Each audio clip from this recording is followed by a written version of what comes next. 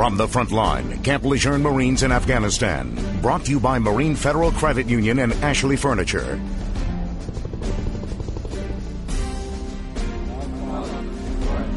Now, here's Alan Hoffman. Hello, I'm Alan Hoffman, and welcome. We are at Camp Lejeune and the obstacle course where our Marines are training to do what we ask them so often to do, and that is to be the pointy end of that spear. But what is it like for them in places like Afghanistan? Well, recently, a unit took our Chris Brown with them as they went to Marja, and they showed him war up close. They sure did, Alan. It was a trip that spanned more than 14,000 miles and landed us in the fog of war. Tonight, we'll take you back there and show you never-before-seen video and interviews from our Camp Lejeune Marines in Afghanistan. It's all from a place only we can take you, from the front line. Afghanistan. The terrors of war visible from city to countryside. Locals live in the shadow of a foreign military. After a week of travel, I was ready to make it to my final destination. Marja is the rural countryside of Afghanistan. Fields of poppy line the streets leading up to Camp Beatley. Carlos McDay. MUNZLANG. Your rank? Lance Corporal. These Marines from 2/8's Fox Company have been in Marja since January. Unlike some of the larger bases like Leatherneck, these forward operating bases, as they're called, are small and accommodations are sparse. Beatley was once someone's home, but was abandoned and eventually taken over. They work here almost constantly. You always stand post, you always patrol, no matter what. When I arrived, it was time for patrol. Venturing off base and into the combat zone, Marines call it going outside the wire. Not many people wake up and have to, worry about whether or not they're going to come home that night. But these guys face that fear constantly. On this day, 2 other men have been shot, and that's just what they were worried about. It's hard not to, but you do play out the worst case scenario a lot of times in your head. I know I do personally. Actual rounds. Can't train for any of that. But Adam Munsling begs to differ. This isn't his first time deployed, but it is his first time to Afghanistan. He wants combat. I mean, granted, every single day, I'm thankful, hey, we weren't shot at today. It's, one day that I'm safer, one day that I can, sooner I can go home. And the other time, it's just like, what, this is what I signed up for. I'm not getting it. And with the way Marja's heating up, he feels good about his chances of getting to see some. On patrol, these Marines are trying to find any clues about the enemy that shot 2 of their guys. They set up checkpoints on both sides of a main thoroughfare in this neighborhood. Everyone's searched. Motorcycles can be bad news. This goat herder gets angry, yells at the Marines, and then eventually complies. These guys usually keep a little something special on hand for the kids that come through too. Though out here, you've got to be on your game. I was inside the canal, and we were supposed to cross them at a certain point. Because one wrong step could be your last. And I stepped on a landmine. Sergeant Dan Clift is Beatley's 3rd squad leader. I didn't feel anything. It just, dirt went flying, the explosion. It was, I guess I was in a black cloud. He didn't know what hit him. I know that it could happen at any time. He was airlifted from the field and was back at work 2 weeks later. But he's one of the lucky ones. I woke up in the morning saying this is going to be a great day, and 3 hours later I was on a bird going to the hospital. It's a sobering reminder of their reality. The patrol winds down, no luck finding out anything about the shooter. On the way back to Beatley, Fox Company's commander, Captain Adam Sacchetti, takes time to play soccer with some local kids. We could build you guys a soccer field or something. Back at Beatley, the guys ditch their gear and fall into formation. An impromptu Purple Heart ceremony ends their day. It's for Lance Corporal Sean Martin, who stepped on an IED back in 2009. Same thing when you're taking fire, same thing when anything happens. Your training will set in and then you'll just snap right in, then you know what to do, when to do it, how to do it. What Martin did saved his life. The formality of the event stands in stark contrast to their surroundings. But then again, out here, there is no normal. Night turns to day, and it's time to go out on patrol again. Today, they're taking helicopters to one of the local bazaars here. It's a place the Taliban are known to frequent, and Captain Sacchetti says these missions are all about engaging locals, but he's quick to point out it's not about winning their hearts and minds. People that talk about that are disconnected from what's going on here. He says they have that. He uses these missions to show the people they are there for them, and that the Taliban have very little to offer. Intimidation, murder, a chance to die. We step off the chopper into a recently flooded poppy field. The mud is thick and difficult to move through. Your mind wants to focus on each step, but their training teaches you to stay focused on the surroundings. We wait for things to calm down from the helicopter landing before we head in, but people have already seen us and are starting to leave.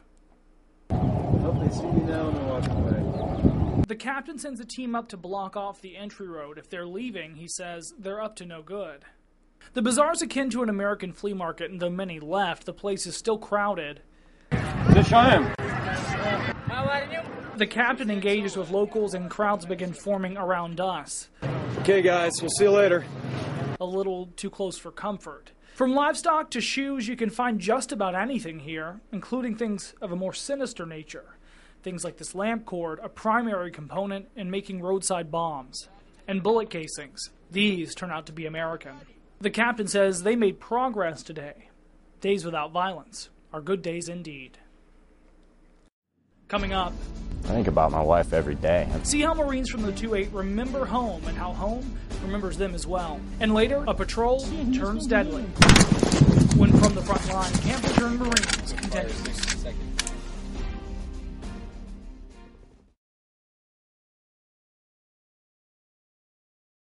This is From the Frontline, Camp Lejeune Marines in Afghanistan. Now, here's Chris Brown. Welcome back. So often life on the battlefield is a lot about love. It's about the love of what these Marines do and the people they do it for. In the heat of the day, spring brings along 80-degree weather. In summer, the Fahrenheit climbs to well over 100 degrees. Tossing around the football eases the boredom in between patrols. Make sure that I do everything that I can, do the right things, and make sure that everything works out for the best. My wife, Melissa.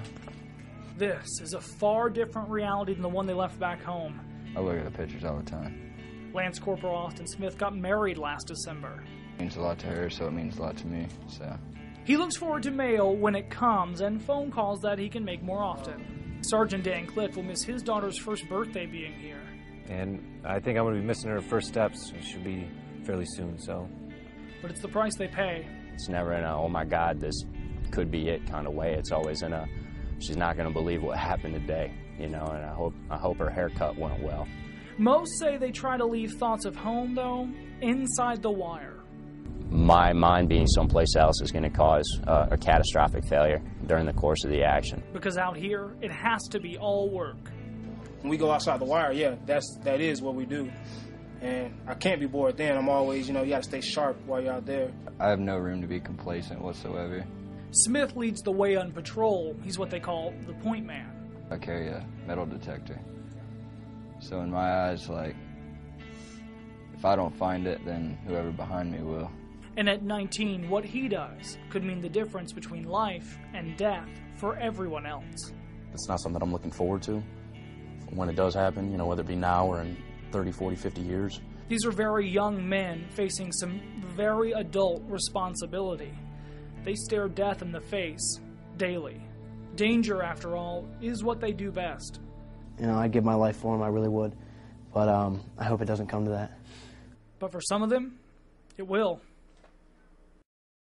And while these guys are in a war zone, they're certainly thinking about their loved ones. And back at home, their loved ones are thinking about them too. Alan, you got to talk with some of the people who are waiting on their loved ones to come home. Absolutely. As you know, I was in Vietnam, and my wife had to do what these young men and women have to do now. They wait and hope for the best.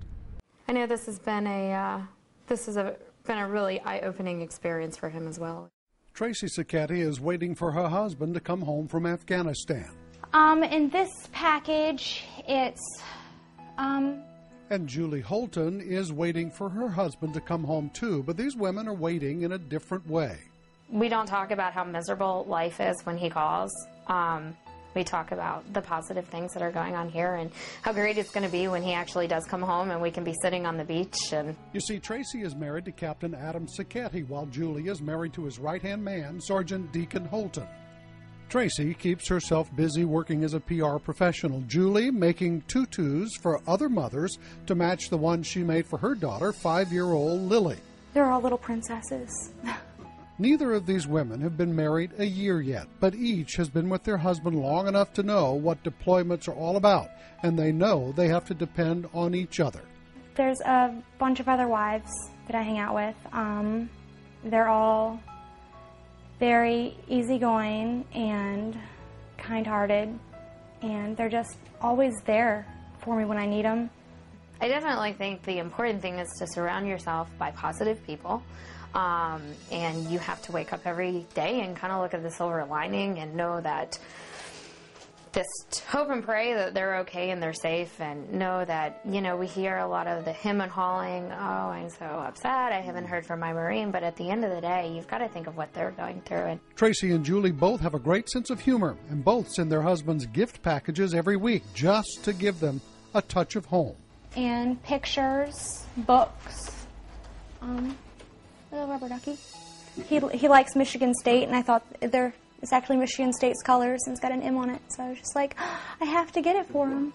packages are taking a little longer to get there, and they normally deliver everything at one time. So I think the last time he was delivered 12 boxes at one time, but that's okay. Both women have learned the 3 rules of deployment. Keep busy, keep positive, keep sending your spouse messages from home. The fact is, Tracy's husband, Captain Sacchetti, was wounded several weeks ago when an IED blew up his Humvee. He was back to lead his men a couple of weeks later, but just this past week, one of his men stepped on another IED. That man was killed and Sacchetti wounded, and he was medevaced out of Marja. Tracy says she's talked with him, and he's going to be okay. And there is danger aplenty on the battlefield. We'll deal with that in just a moment. But first, here's a look at some of the sights and sounds we saw from the front line.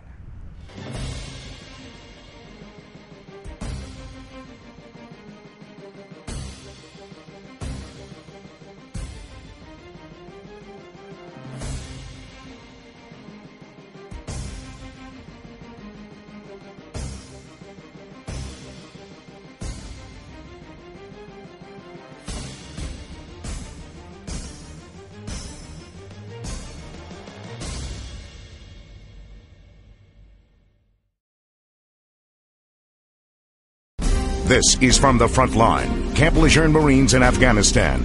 Now, here's Alan Hoffman. In every family, everyone has a job. Some pay the bills, some take care of the kids. But imagine trying to do that when you're half a world away. Well, there is help for those who stay home right here. Long before the emotional goodbyes, when families send their Marines and sailors off to war, staff at Camp Lejeune is hard at work. Marine and Family Services has a plethora of programs designed to strengthen the military community as a whole. Their focus is simple yet vital: teach resilience to those left and offer reassurance to the heroes headed to war. That's what empowers families, empowers Marines and sailors, that, okay, when I leave here, my family will be okay. And when it comes to families who are at war, Dr. Linda Haven says the biggest mistake service members and their spouses make is telling their children, don't worry. When a young child asks, is my daddy going to get shot at, or is my daddy going to die? Those are really intense questions to hear. And so it's important for parents to be educated about how to respond and how to reassure children in a way that's honest, because kids need those answers. They need to be talked to openly and honestly about the realities, because it's their reality too. Reality of war is harsh, but Marine and Family Services is equipped with readiness programs to strengthen the entire family unit. They empower both the Marine and the family members. Knowledge and awareness of what's to expect and what's to happen and resources available. It doesn't get any better than that. It's not all about welcome parties and family vacations. Once the mission is over, reconnecting with family can be a challenge. As the service member comes home, his mind is oftentimes still tied to his last deployment, and then he's starting to fixate or look toward the next deployment. Experts at Camp Lejeune compare it to a merry-go-round. When a service member deploys, life goes on for those left behind. So how does a Marine or sailor jump back into that ride steadily without falling off? There's no way that we can fully understand what they've dealt with, and then what they're bringing home with them, and then how that will impact as they reintegrate with their families. Well, let's be real here. When the mission is over, our service members, who are husbands, wives, mothers, and fathers, aren't coming home from a business trip. They're coming home from war. Family members will sometimes internalize these feelings for good intentions, but what then can happen is a breakdown in communication. People feel misunderstood in the family, and then it sort of leads to challenges later down the line. That's why the Focus Project and other programs are imperative.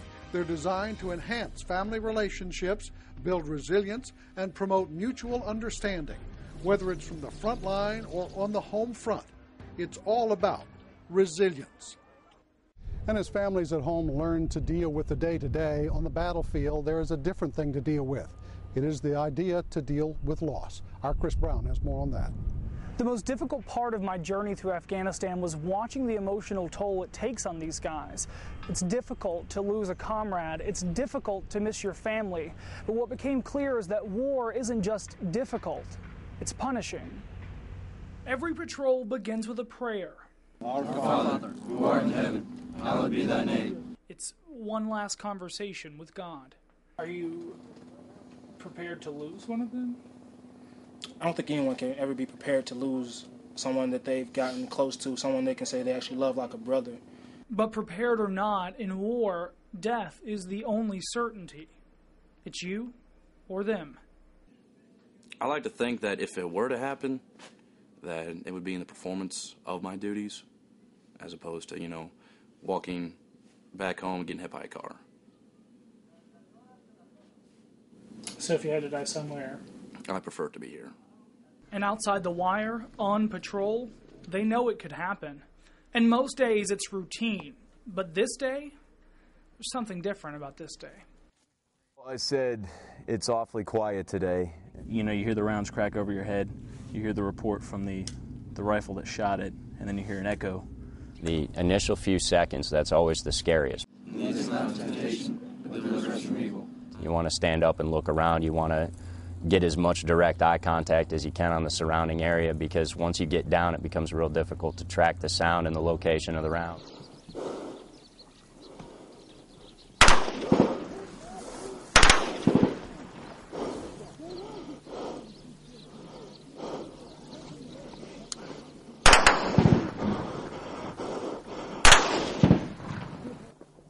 We've been taking fire from a Taliban compound just to the east of us here. The Taliban pinned us down in the middle of a flooded field, the mud so thick it would pull the boots from your feet.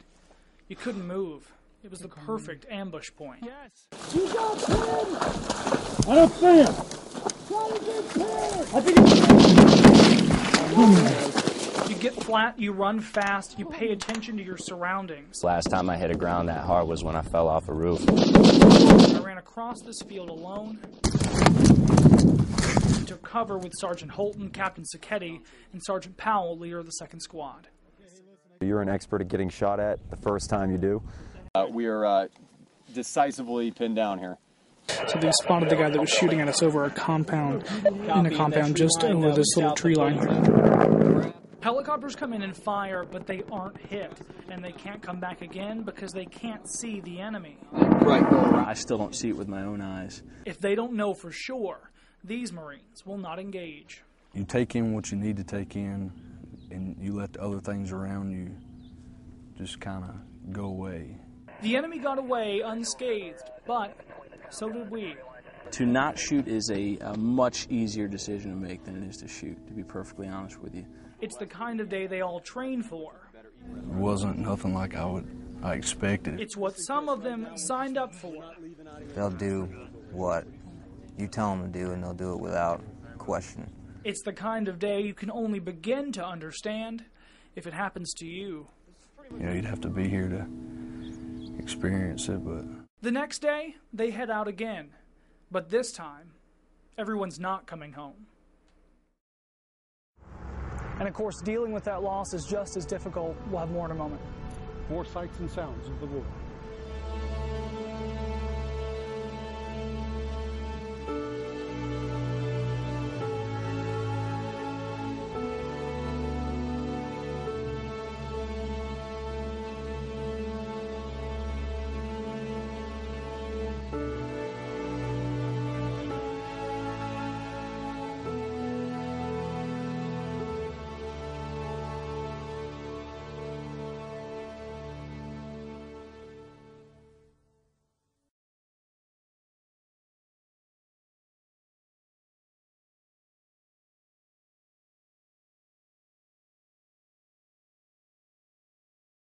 This is From the Frontline, Camp Lejeune Marines in Afghanistan.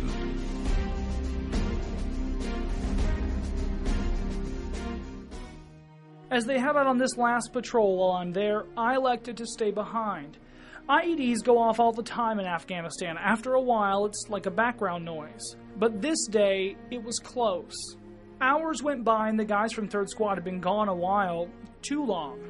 And then the news. Corporal Ian Muller was from a neighboring patrol base. On his way back, he'd stepped on an IED. He didn't make it.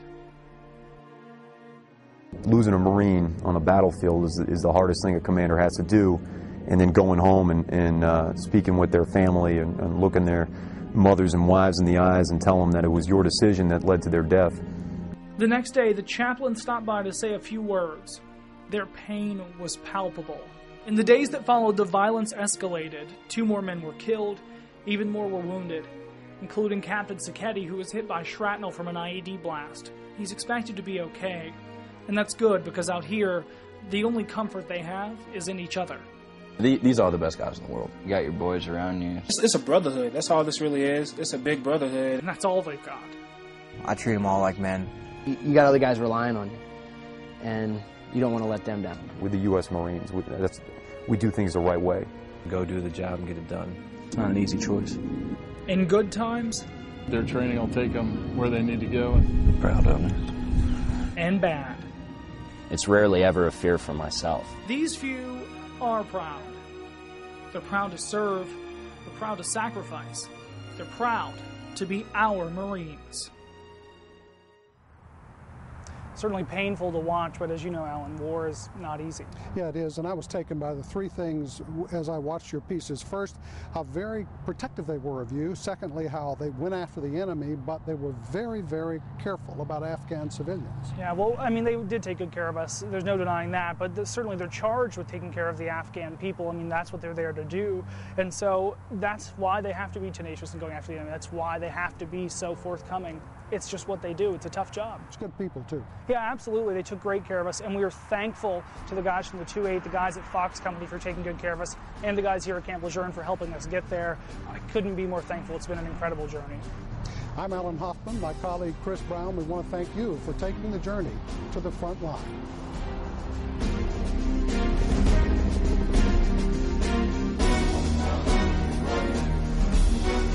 This has been From the Frontline, Camp Lejeune Marines in Afghanistan. Brought to you by Marine Federal Credit Union and Ashley Furniture.